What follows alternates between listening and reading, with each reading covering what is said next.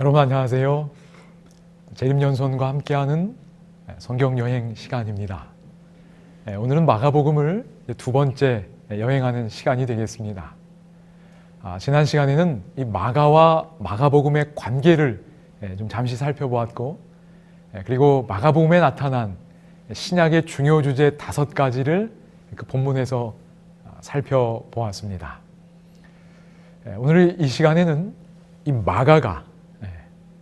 마가복음을 통해 정말 뭘 말하고 싶었을까? 그 핵심 사상이 무엇일지 함께 생각해 보려고 합니다. 하나님께서 마가를 통해 마가복음을 기록하게 하셨고, 그 기록을 통해 저희들이 정말 전해주길 원하시는 그 하나님의 생각이 있음을 믿습니다. 그래서 오늘은 마가의 그 배경과 의도를 염두에 두시고 하나님의 생각을 찾아가면 좋겠습니다. 여러분, 지난 시간에 잠깐 살펴보았던 것처럼 마가는 여러 번 실패를 경험했습니다. 그랬던 마가가 변했습니다. 마가복음이 그 증거입니다. 변화를 경험한 마가, 그런 마가가 그의 기록을 통해 정말 말하고 싶었던 복음의 핵심은 무엇일까? 오늘은 이 마가의 의도를 따라가 보겠습니다. 그리고 그의 목소리를 통해서 우리가 하나님의 생각을 들을 수 있기를 바랍니다. 그리고 그 생각을 우리 마음에 간직하고 그 생각대로 살아가면 좋겠습니다.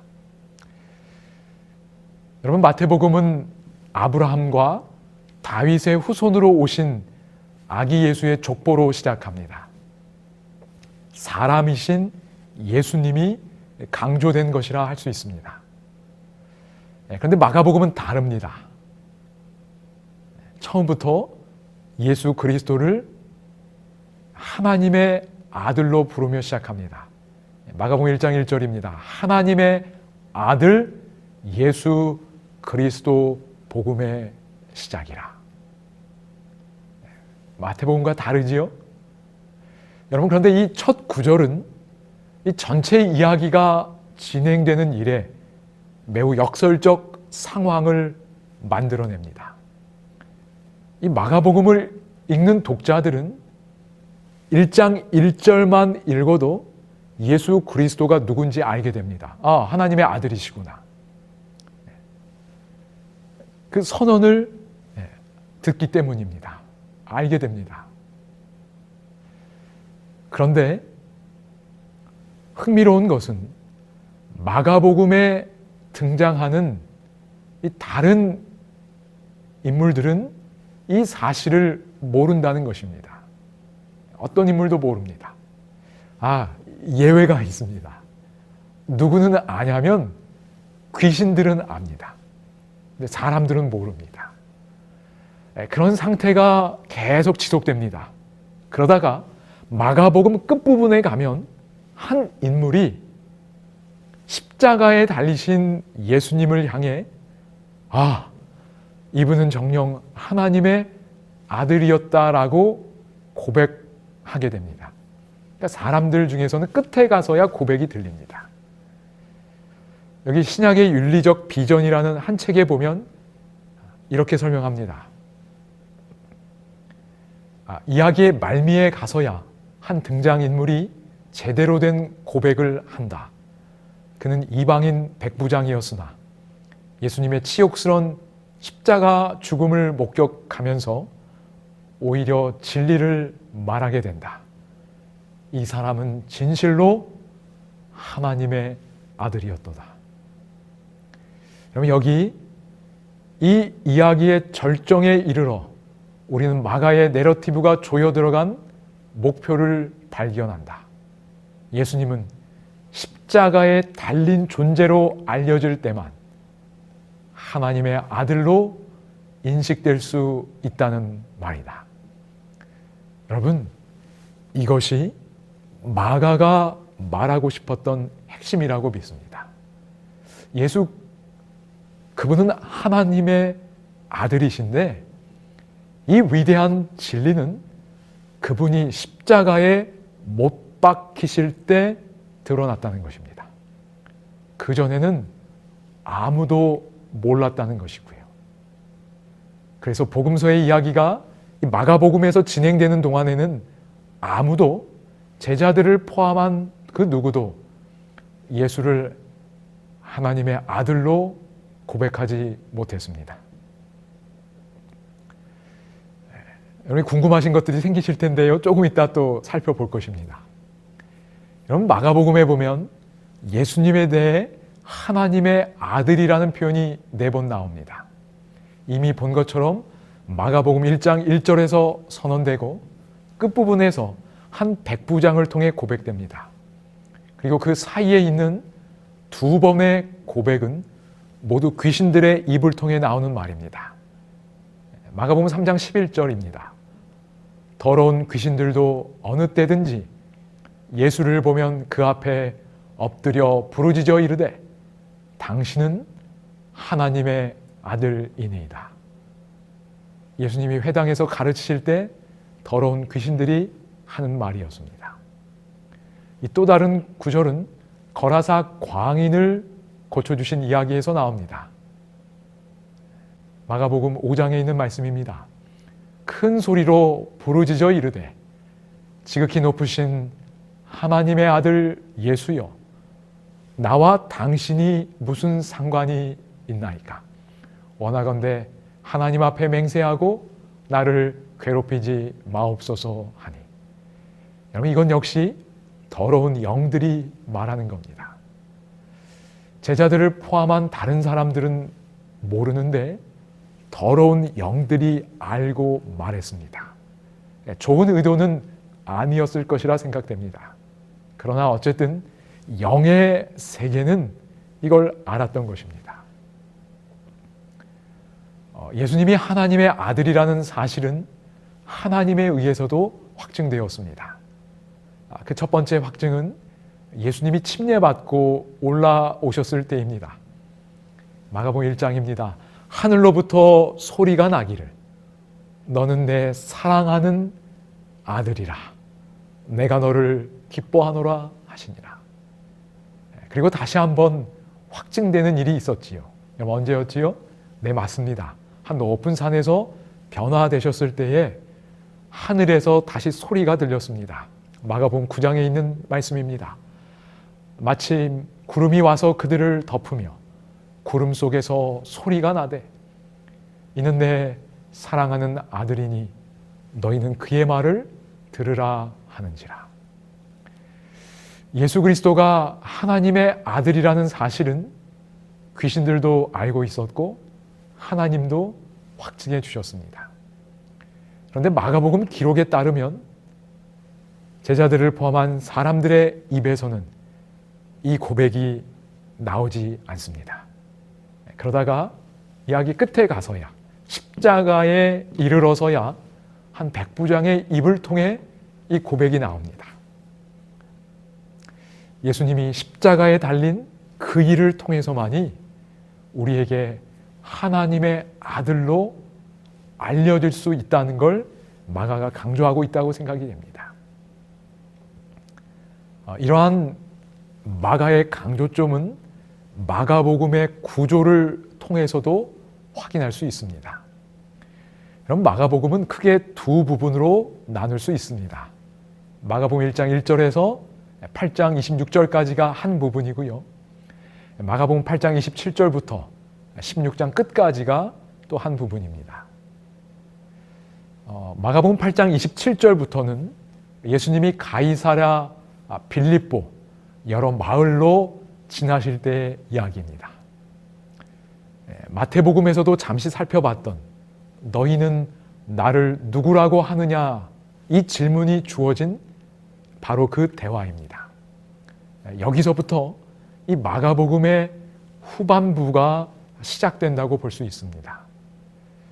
여러분 그런데 참 흥미로운 사실은 이 대화를 바라보는 마가의 관점과 마태의 관점이 매우 다르다는 것입니다.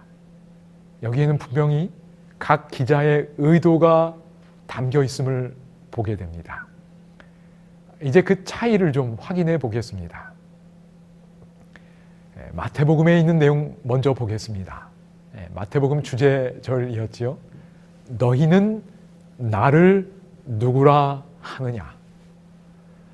마태는 이 질문에 대한 베드로의 고백을 다음과 같이 기록했습니다. 주는 그리스도시요 살아계신 하나님의 아들이시니이다.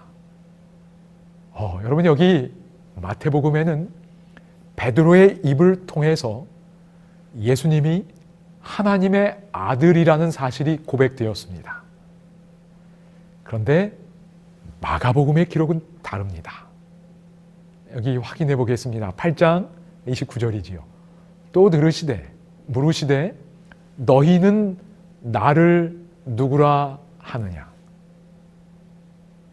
베드로가 대답하여 이르되 주는 그리스도시니이다 하매.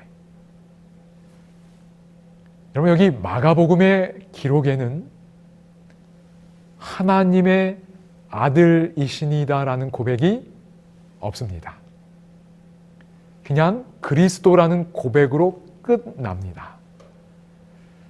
그런데 그리스도라는 고백과 하나님의 아들이라는 고백은 여러분 다릅니다. 그 의미가 다릅니다. 그리스도는 아시는 것처럼 기름 부음 받은 자라는 뜻입니다. 왕이나 제사장, 선지자와 같은 사람들은 다 기름 부음을 받은 자였습니다. 그래서 유대인들은 다윗이 기름 부음을 받고 보좌에 올랐던 것과 같은 그런 메시아를 기다렸습니다. 그리고 예수님을 다윗의 후손이라고 부르기도 했지요. 어떤 의미인지 아시겠지요? 메시아에 대한 기대였습니다. 기름 부음 받은 자가 와서 다윗처럼 위대한 왕이 되어주기를 기대하는 것입니다. 베드로도 이런 기대가 있었고, 그래서 예수님을 향해 주는 그리스도시니이다, 기름 부음 받은 자십니다 라고 고백할 수 있었습니다. 메시아에 대한 기대입니다. 그런데 여기 하나님의 아들이라는 의미는 예수님의 신성에 대한 고백입니다.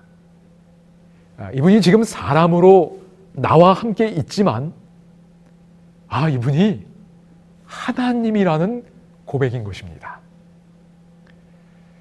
다윗의 후손으로 오시지만 사실은 다윗 앞서 존재하시던 하나님이시라는 것입니다. 그런 의미가 하나님의 아들이라는 표현에 담겨 있습니다. 그럼 왜 그냥 하나님이라고 하지 않고 그분의 신성을 나타내는데 하나님의 아들이라고 했는가? 여기에 대한 대답은 아마도 여러분이 요한복음을 여행하면서 자세하고 체계적으로 잘 살피실 수 있을 것이라 기대해 봅니다. 아마 궁금하셨던 분들 많으실 텐데요. 요한복음을 여행하면서 여기에 대한 뚜렷한 정리를 하실 수 있으리라 생각합니다. 여러분, 이 시간에 생각해 보고 싶은 것은 이것입니다. 마태복음에는 예수님이 하나님의 아들이시라는 고백이 기록되었습니다. 베드로가 그렇게 고백했습니다. 그런데 마가복음에는 이 고백이 기록되지 않았습니다. 그리고 저 십자가 아래 갈 때까지 이 고백이 들리지 않았습니다. 여러분, 이 두 기록의 차이를 어떻게 이해하면 좋을까요? 시대의 소망에 보면 이 질문에 대한 답을 찾아갈 단서가 있습니다. 시대의 소망에 보면 마태복음에 기록된 베드로의 고백에 대해 이렇게 설명합니다. 처음부터 베드로는 예수님이 메시아이심을 믿었다. 침례 요한의 전도로 확신을 얻고 그리스도를 받아들였던 많은 다른 사람들은 요한이 투옥되어 죽임을 당하는 것을 보고 요한의 사명에 대하여 의심하기 시작했고, 이제는 예수님이 과연 저들이 그토록 오랫동안 기다렸던 메시아인가 하고 의심하였다. 예수께서 다윗의 보좌에 앉으시기를 열렬히 기대하였던 제자들 중 다수가 예수께 그런 의사가 전혀 없음을 알아차리고 그분을 떠나가 버렸다. 그러나 베드로와 그의 동료들은 저희의 충절을 버리지 않았다. 여기 보시는 것처럼 많은 사람들이 예수님을 메시아로 믿었다가 떠났다고 했습니다. 왜냐하면 그들이 기대했던 메시아로서 행동하지 않았기 때문입니다. 그런데 베드로는 그런 상황에서도 예수님을 약속된 메시아로 믿었다는 겁니다. 여러분, 그런데 이게 전부가 아니었습니다. 계속해서 이렇게 기록합니다. 베드로는 12제자의 믿음을 대변하였다. 그러나 제자들은 그리스도의 사명을 조금도 깨닫지 못하고 있었다. 메시아로 믿기는 했는데 오해하고 있었다는 겁니다. 그리고 그 오해하고 있는 형편을 이렇게 설명합니다. 그들이 일찍이 받은 훈련의 감화, 랍비들의 교훈, 인습의 영향 등이 여전히 진리에 대한 저희의 견해를 가로막았다. 때때로 예수님에게서 나오는 귀중한 빗줄기가 그들을 비췄지만 자주 그들은 암중모색하는 사람들과 같았다. 여러분, 여기 암중모색이라는 표현이 나옵니다. 이 어둠 속에서 더듬어 찾는다는 뜻입니다. 제자들의 형편이 그랬다는 겁니다. 예수님을 메시아로 고백은 하고 있었지만 여전히 그들의 생각은 어둠 속에 갇혀 있었습니다. 그런데 이런 제자들에게 여러분, 이 순간 하나님의 놀라운 은혜가 주어졌습니다. 여기 시대의 소망의 기록 계속 보겠습니다. 그러나 믿음이 큰 시련에 부딪히기 전인 이날에 가이사랴 빌립보의 대화가 진행된 그날입니다. 이날에 성령께서 능력으로 그들에게 임하셨다. 잠시 동안 저희의 눈은 보이는 것에서 떠나서 보이지 않는 것을 보게 되었다. 인성의 모습 이면에서 그들은 하나님의 아들의 영광을 식별하였다. 여러분, 성령께서 이날 그들에게 임하셨습니다. 그래서 잠시 동안, 얼마 동안이요? 잠시 동안 저희의 눈은 인성의 모습 이면에 있는 보이지 않는 하나님의 아들의 영광, 곧 그 신성을 볼 수 있었다는 것입니다. 그래서 마태복음에 기록된 것처럼 주는 그리스도시요 하나님의 아들이시라는 고백을 할 수 있었던 것입니다. 마태는 이런 배경에서 베드로와 제자들이 잠시 동안이지만 하나님의 아들의 그 신성을 볼 수 있었던 것을 포함시켜서 하나님의 아들이라는 고백을 기록한 것입니다. 그런데 마가가 강조하고 싶었던 것은 달랐습니다. 마가는 베드로와 제자들이 여전히 암중 모색하고 있었다는 사실을 강조하는 것입니다. 강조점이 달랐던 것입니다. 그래서 예수님을 메시아로 믿고 있었지만 여전히 메시아의 사명에 대해 오해하고 어둠 속에 있는 상태였기 때문에 주는 그리스도신이다라는 고백까지 기록한 것입니다. 아직 이들은 밝은 빛을 보지 못하고 있었다는 것입니다. 여러분, 그러다가 언제 하나님의 아들의 영광을 볼 수 있게 되었나요? 네, 맞습니다. 십자가에 달린 그리스도를 통해서 하나님의 아들의 영광을 보게 되었다는 것입니다. 마가는 이걸 강조하는 것입니다. 그리스도가 십자가에 달린 그 희생의 행동을 통해서만이 하나님의 아들의 영광이 드러나고 보여졌다는 것입니다. 마가의 이러한 강조점은 이 마가복음에만 기록된 한 이야기에 의해 더욱 강조되고 있습니다. 이 이야기는 마가복음에만 기록되어 있는데요, 놀랍게도 가이사랴 빌립보 대와 바로 앞에 위치하고 있습니다. 대단히 의도적이라고 생각합니다. 이 재림교회 주석에 보면 마가복음 8장 22절에서 26절에 기록된 이 사건에 대해 다음과 같이 설명합니다. 이것은 예수가 치유를 2단계로 행했다고 기록한 유일한 사례이다. 여러분, 이 이야기의 가장 큰 특징이 무엇인가요? 예수님이 고쳐주셨는데 2단계에 걸쳐서 이루어졌다는 것입니다. 한 맹인이 예수님께 나왔습니다. 그리고 예수님은 그를 마을 밖으로 데리고 가셨습니다. 그리고 그의 눈에 침을 뱉으시고 그에게 안수하셨습니다. 그리고 예수님이 물으셨습니다. 무엇이 보이느냐? 맹인이 대답했습니다. 마가복음 8장 24절이지요. 사람들이 보이나이다.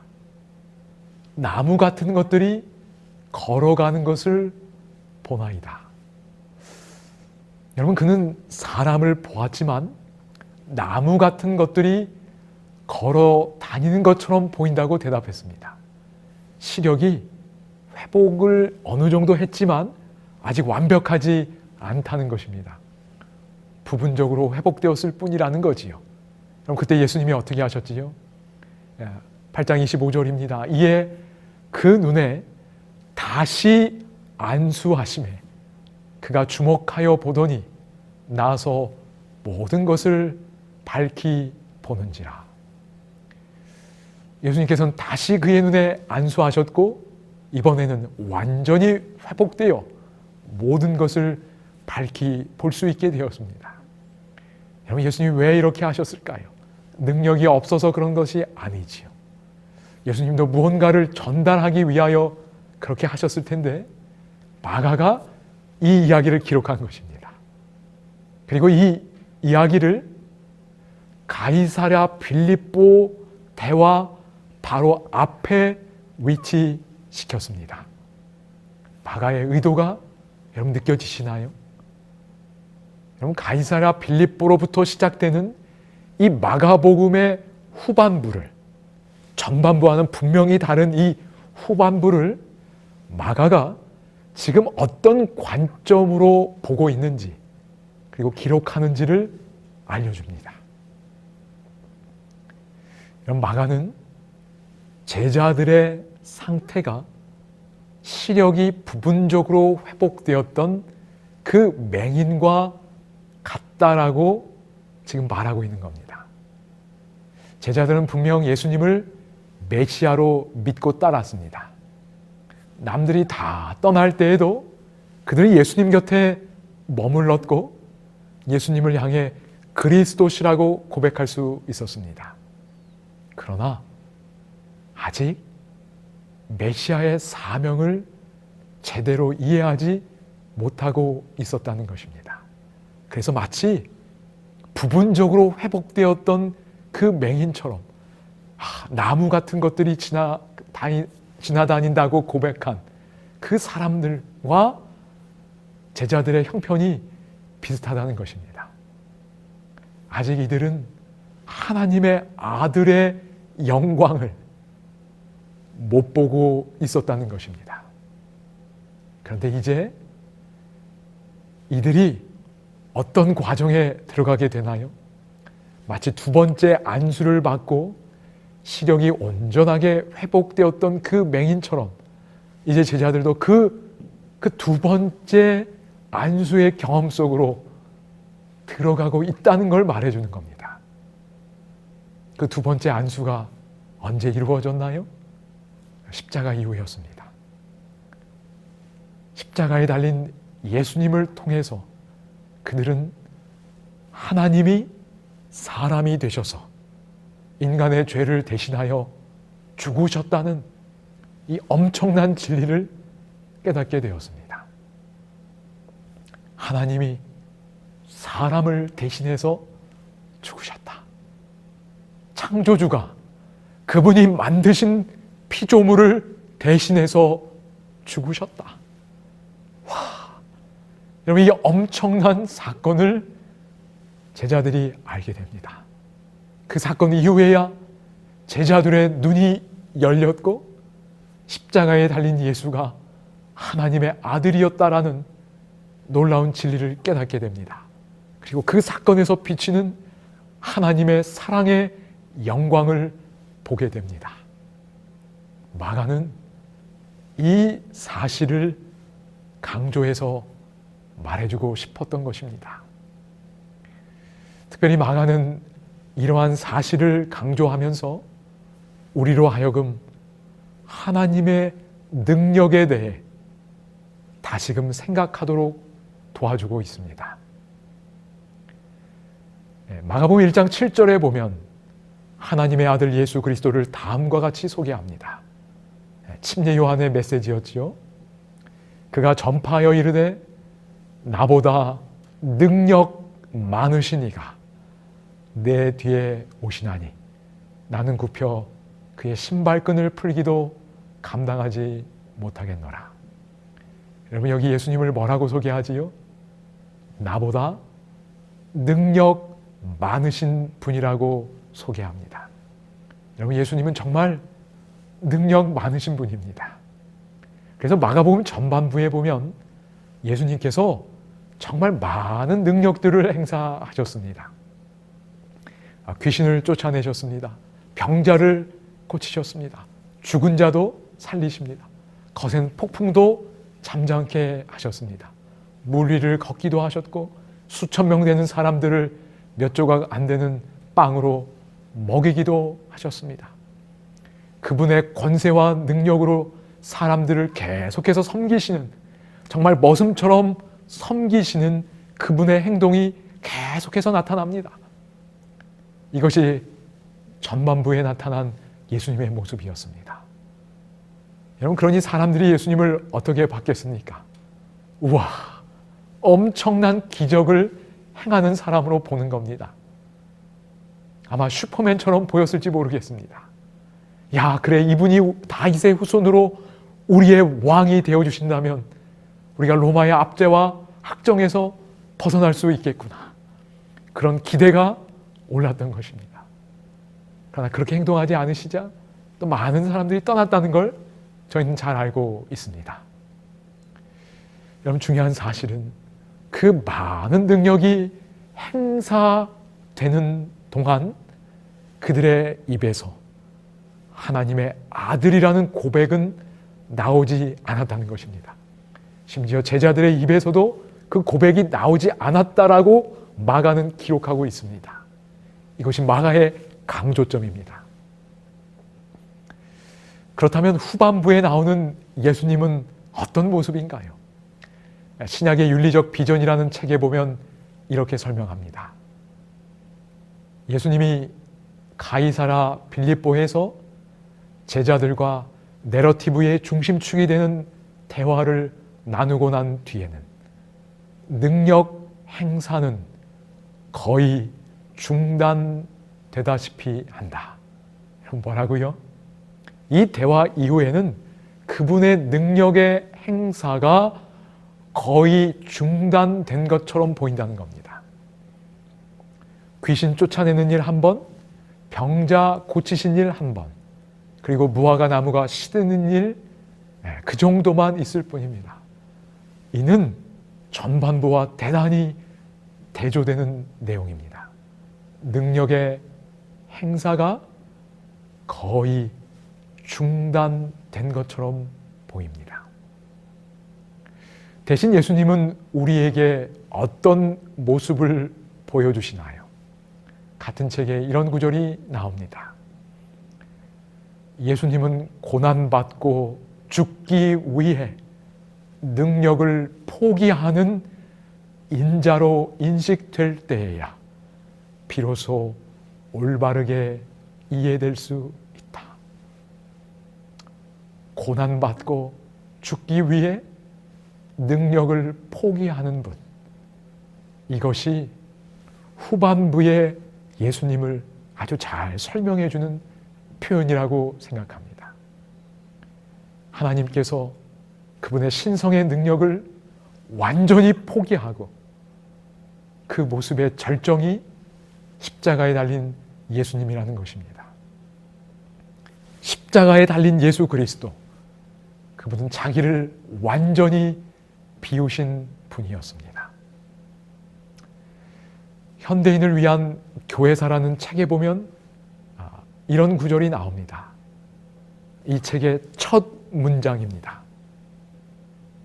기독교야말로 그의 신의 수치를 중심 사건으로 삼는 유일한 종교일 것이다. 여러분, 기독교는 하나님께서 자신이 가지신 모든 걸 포기하고 모든 능력을 포기하고 인간을 대신하여 수치를 당하신 그 십자가 사건을 중심 사건으로 삼는 유일한 종교입니다. 그러므로 그리스도를 믿고 따르는 그리스도인들은 자신이 가진 힘이나 지식이나 재능으로 결코 자랑하거나 교만하지 않습니다. 대신 다른 이들의 행복과 구원을 위하여 겸손히 사용할 뿐입니다. 왜냐하면 예수 그리스도 그분께서 그분의 능력을 완전히 포기하시고 고난받고 죽음 당하심으로 인간의 구원을 이루어 가셨기 때문입니다. 이 책 1장의 끝부분에 있는 문장입니다. 십자가 장면을 묘사하고 있습니다. 이는 오랜 시간이 걸리는 고통스러운 죽음이었다. 그는 여러 시간 동안 해가 뜨겁게 내려 조이고 곤충들은 사지에 달려드는 가운데 십자가 위에 달려 있었다. 여러분, 이것이 나를 대신해서 십자가에서 죽으신 하나님의 모습이었습니다. 인간의 구원을 위하여, 저의 구원을 위하여 그분이 가지신 능력을 완전히 포기한 하나님의 모습, 이것이 마가가 전달하고 싶었던 예수 그리스도의 행동입니다. 우리를 위한 십자가의 구원은 그분이 가지신 능력을 행사하심으로 이르러 온 것이 아니라 그분이 갖고 계신 능력을 사용하지 않으시는 것을 통해 이루어졌습니다. 여러분, 저는 이 사실이 너무나 신비롭고 놀랍습니다. 이해하기가 너무 어렵습니다. 전지전능하신 창조주가 자신의 능력을 발휘하셔서 인간의 구원을 이루신 것이 아닙니다. 오히려 그 능력을 사용하지 않으시고 대신 고난과 희생을 선택하심으로 우리의 구원을 이루셨다는 사실입니다. 여러분, 이걸 어떻게 이해해야 할지 잘 모르겠습니다. 여러분, 하나님이 사람을 흙으로 만드셨습니다. 그냥 흙덩어리였어요. 거기에 생명을 불어넣으셨습니다. 그런데 그 인간이 하나님을 반역하고 떠났습니다. 어차피 흙덩어리에 불과하니 여러분, 그냥 포기하시고 그분의 능력으로 새로운 존재 만드시면 안 되었나요?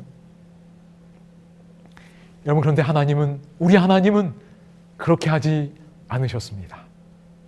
그분이 우리 대신 죽는 그 길을 선택하시고 그 희생을 통해 우리를 다시 새롭게 창조하는 그 길을 여셨다는 사실입니다.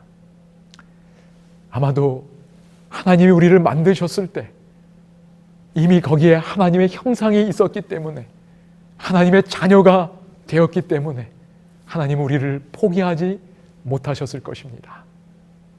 십자가의 사랑은 자녀를 향한 창조주 하나님의 놀라운 사랑, 희생임을 마가는 우리에게 말하고 싶었습니다. 그리고 아울러 우리가 이 놀라운 사랑을 알게 될 때 가장 무력해 보이는 그 십자가의 예수 그리스도는 가장 강력한 능력을 발휘하시는 분이 되실 수 있다는 것 또한 마가가 말하고 싶었습니다. 왜냐하면 그 희생하는 사랑 앞에서 이 죄인의 마음이 변화될 수 있기 때문입니다. 어떤 것으로도 바꿀 수 없는 이기적인 인간의 마음이 그 사랑 앞에 바뀌는 것입니다. 그래서 다시 우리는 하나님이 본래 넣어주셨던 그 하나님의 형상을 다시 지니게 되고 하나님을 닮은 하나님의 자녀로 회복될 수 있는 것입니다. 예수님께서는 이 모든 걸 보시며 십자가를 선택하셨음을 믿습니다. 십자가에 달리신 하나님, 나를 위해 희생하신 하나님을 통해 지금도 인간의 마음을 바꾸는 그 놀라운 능력이 흘러나오고 있음을 믿습니다. 성경을 여행하며 우리가 이 능력을 경험할 수 있게 되기를 바랍니다. 이 호프 채널에서 제작한 장미라는 노래가 있습니다. 노래 가사 중에 이런 구절이 나옵니다. 그분의 흘리신 피, 나를 위해 흘린 그 피는 가시뿐인 나에게 꽃으로 임하셨다네. 끝없는 절망 속에 내게 임한 그분의 사랑, 나에게 임한 그분의 아름다움에 이제는 장미로 불리운다네. 예수 그리스도의 희생은 저와 여러분을 위한 것이고 우리는 그 희생을 통해 하나님의 영광을 알게 되며 그 사랑은 우리의 마음을 바꾸고 우리의 삶을 바꾸는 능력으로 찾아올 것을 믿습니다.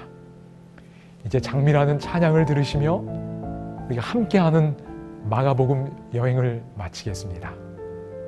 계속해서 진행되는 여러분의 성경 여행에 성령 하나님의 도우심이 함께 하시기를 기도드립니다. 찬양 듣고 함께 기도하겠습니다.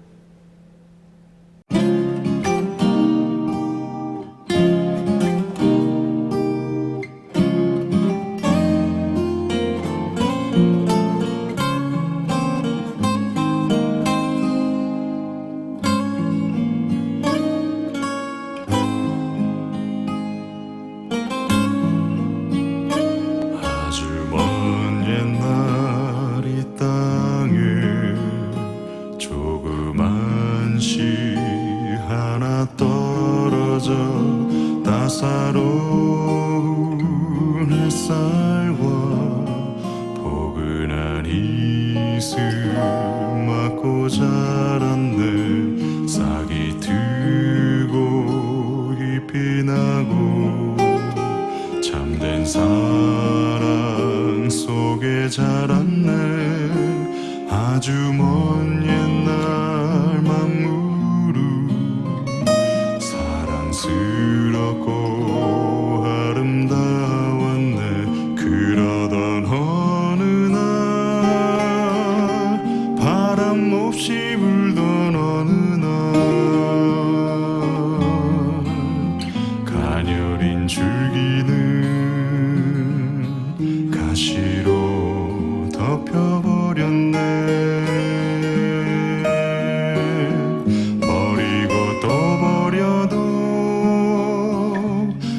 벗어나는 슬픈 유전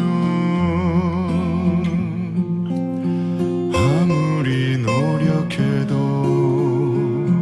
떨칠 수 없는 모난 인생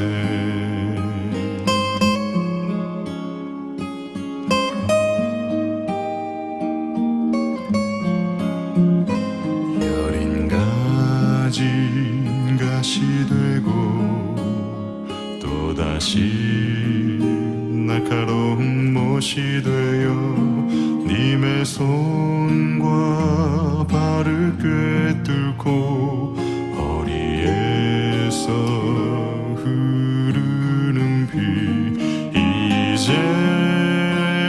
신락 같은 희망마저 사라지고 빛한 자락 없는 깊은 어둠 속을 소리 없이 울었다네 그러던 어느 날 놀라운 일이 일어났다네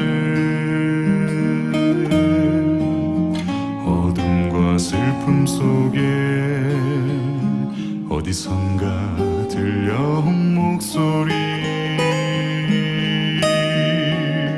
그분의 흘리신 피 나를 위해 흘린 그 피는 가시 뿌린 나에게 꽃으로 임하셨다네